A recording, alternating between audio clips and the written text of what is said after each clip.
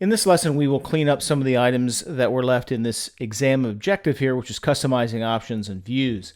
And so we will look at changing the window views, the document properties, and some of the zoom tools that are available. So we will start with changing the workbook views. Most of the time when you change the workbook views, you're going to go to the View tab of the ribbon. And what it wants you to be familiar with here is the ability to create a new window or arrange windows. So if you wanted to create a new window, what you can do with that new window is that obviously you can open up a second workbook and then switch between the two. So just to give you a real world example of where you might want to use this is, say you've got one workbook and you've got two different sheets of the workbook and you kind of want to view them side by side or one on top of the other. What you can do is go to that View tab, and then you can view things side by side. You can also arrange all. So over here in the window grouping is what you should take a moment to become familiar with. So arrange all, you can arrange them horizontally as a wheel here, and now you have one workbook on top of the other.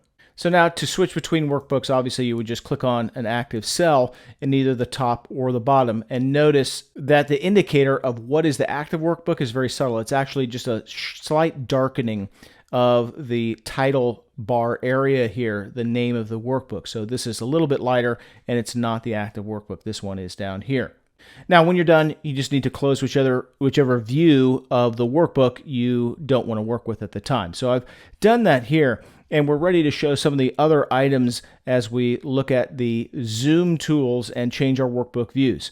Another thing you can do is that you can split a workbook. So if you have a workbook or a worksheet that has many rows, in fact, too many to elegantly scroll back and forth. We're right at the cusp here, but obviously many worksheets are several hundred rows or even several thousand rows in length. So what you can do sometimes to look at two pieces of information within a single sheet at the same time is that you can split the window. So wherever your selected row is, and you click on split here, it will create a split above that row. And now you'll be able to select an active cell. And now if you use the scroll tools, you can scroll up and down the information that's in the worksheet. So if you wanted to compare, for example, the top 5 versus the bottom 5 teams, you could do something like that and then make this bottom half of the split active and then scroll and then look at some of your bottom rows of a longer spreadsheet. So that's how you use the split. If you click on split again, it unsplits a view. We should also take note of this, another very handy item when you are scrolling through bigger spreadsheets is that you want to freeze panes. So again, if I wanted to scroll this entire sheet and have the headings remain at the top no matter how far I scrolled, I would use freeze panes. So the technique here is that you select the row below what you want to remain on the screen, and then freeze, and then click on freeze panes. So obviously you can see that there are some other options here, freeze top row or freeze first columns, which will do just that. So in this case here, because I've selected a whole row, it will keep just the row above it visible at all times. So nothing really has happened here after I clicked on freeze. The toggle would be unfreeze, but now when I go back in, you can see that there's a dividing line here, just a little bit darker shaded line between the 3rd and 4th rows, and now if I scroll, you see what happens. And to undo that, all I have to do is go back up here and unfreeze any panes.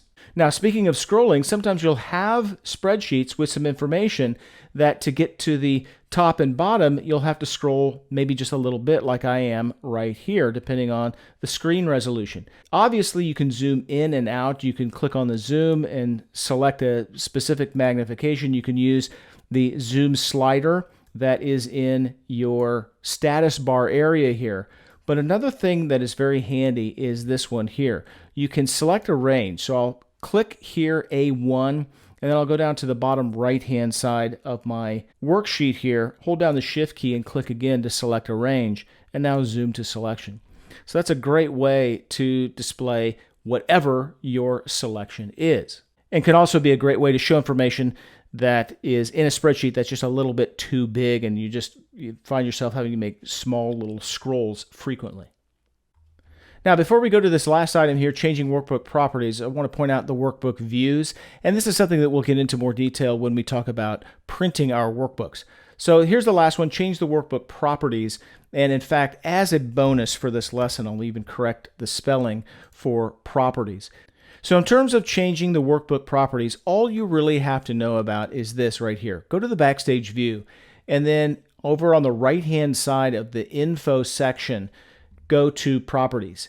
And now under here, you get some basic information about the document itself, some metadata about the document itself. And then if you click that, you can get to the advanced properties.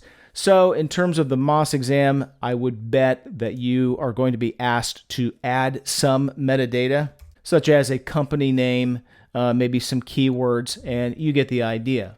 And notice that you can give the document a title, although the title and the file name are two different things. Keep that in mind.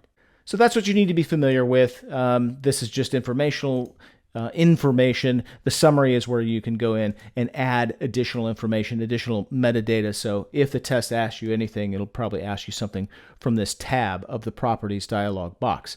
So I'll click on OK to confirm the information. And then, of course, I can go back to working with the spreadsheet, having changed those workbook properties.